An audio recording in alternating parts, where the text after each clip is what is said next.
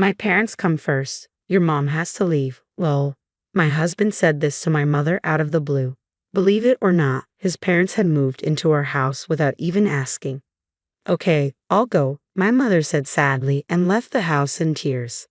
I'm Nancy, 30 years old, and I own a small cosmetics business.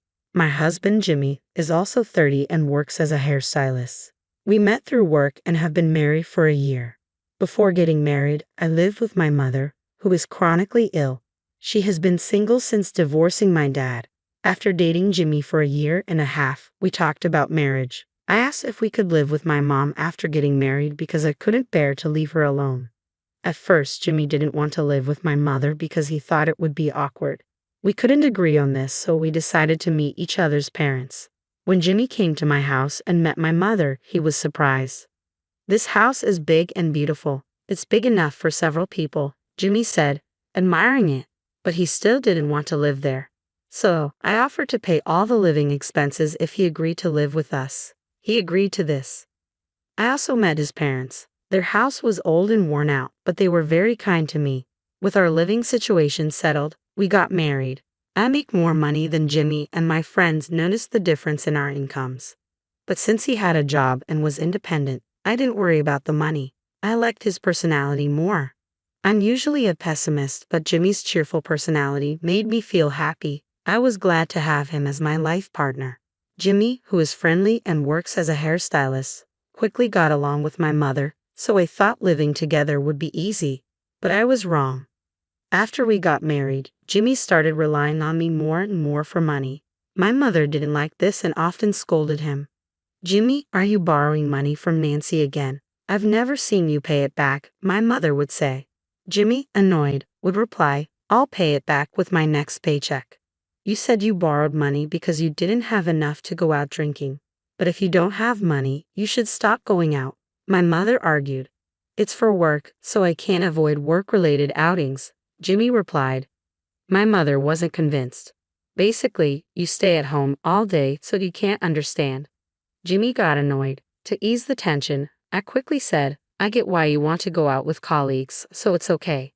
Nancy, you're too soft on him, my mother said. He said the same thing last month and the month before. Has he paid you back?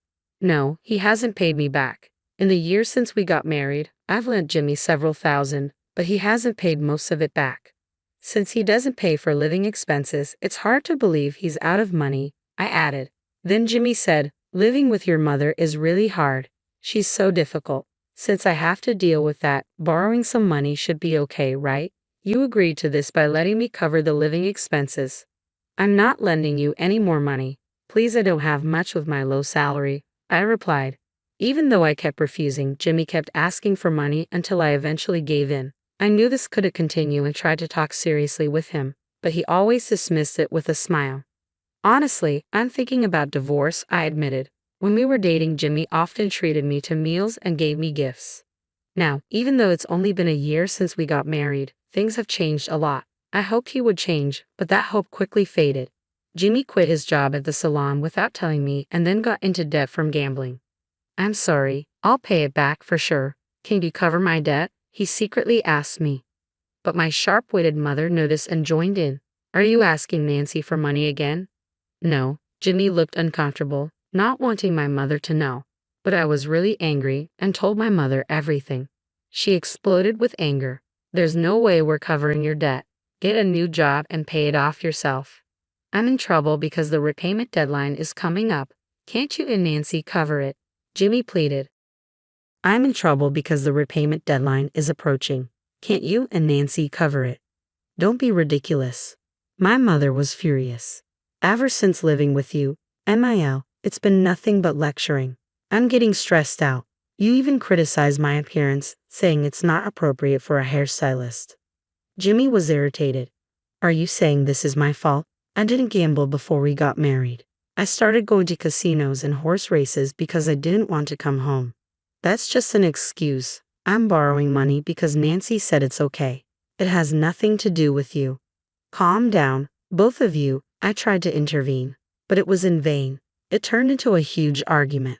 From the next day, my husband and mother stopped hiding their disdain for each other and didn't speak to each other at all. A week later, on a weekend morning, people from a moving company suddenly arrived at our house. Ha! What's going on? I was stunned. They are here. Jimmy opened the door excitedly. Then a large number of boxes were brought into the house. What's happening? I asked Jimmy. At that moment, his parents showed up. Good morning. Why are you here so early? My mother was bewildered, standing with the people from the moving company and Jimmy's parents. My parents are moving in from today, Jimmy suddenly announced. What? What are you talking about? I had no idea about this, I said, astonished. Today is the moving day. I look forward to all of us living together, Jimmy said casually. It was unbelievable. My in-laws were moving in without permission. My parents come first. You, my MIL, need to leave. Lol, my husband told my mother. What is this? My mother was at a loss. This is my mother's house, you know, I said, and my husband looked surprised. Huh? He had assumed that since I run a company, I had bought the house, I realized. To really, my husband was fled. I said, since it's my mother's house, there's no way she should leave. I told him firmly.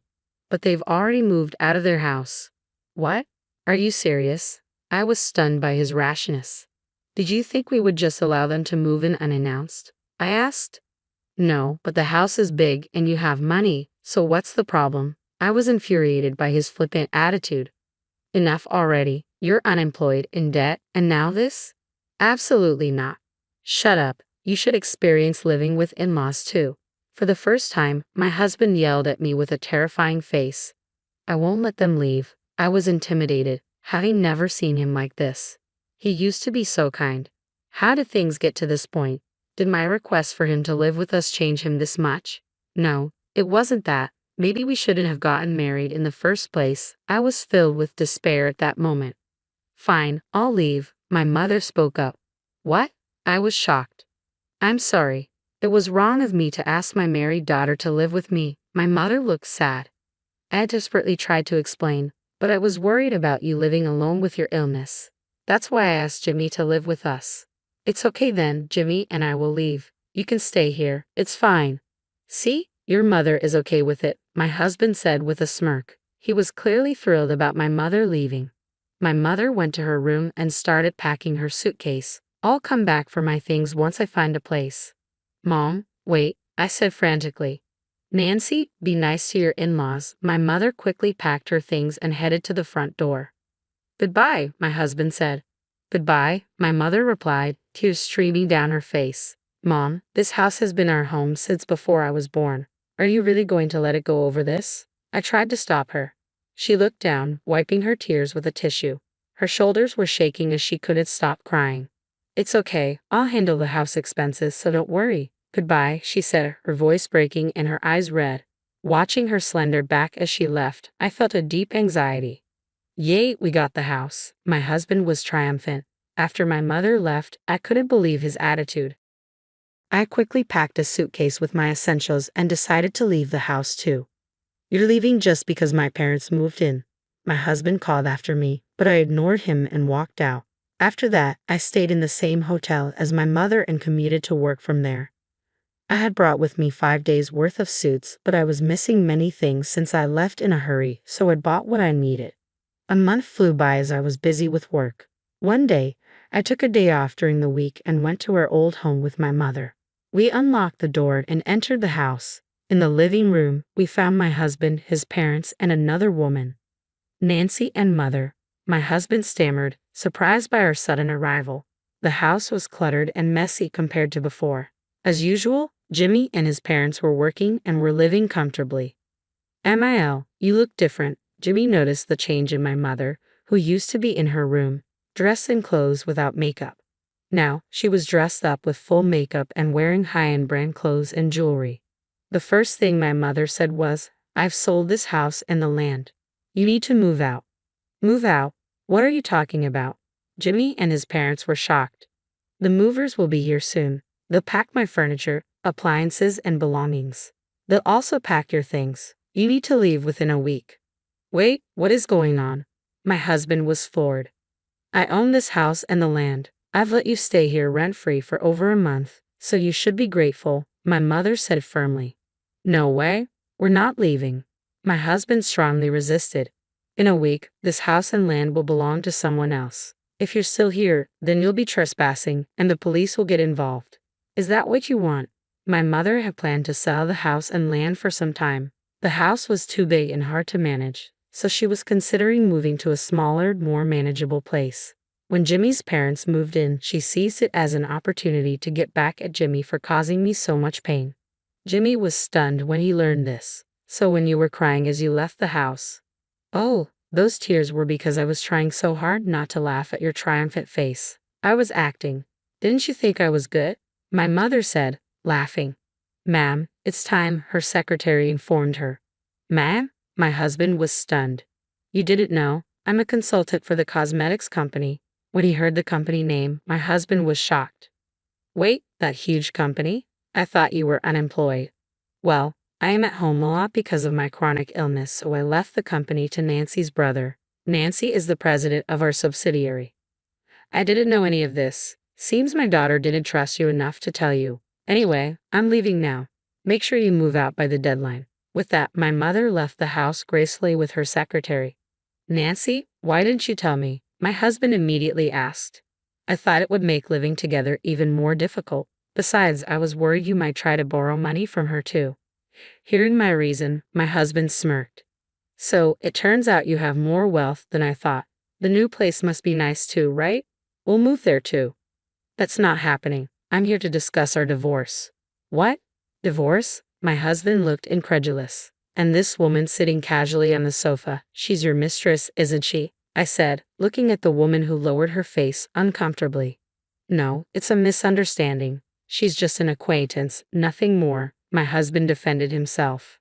This is the proof. I laid out photos on the table showing evidence of his affair. I had been suspicious of his infidelity for some time and hired a private investigator. The countless borrowing of money and gambling were likely spent on this woman too. When did you take these?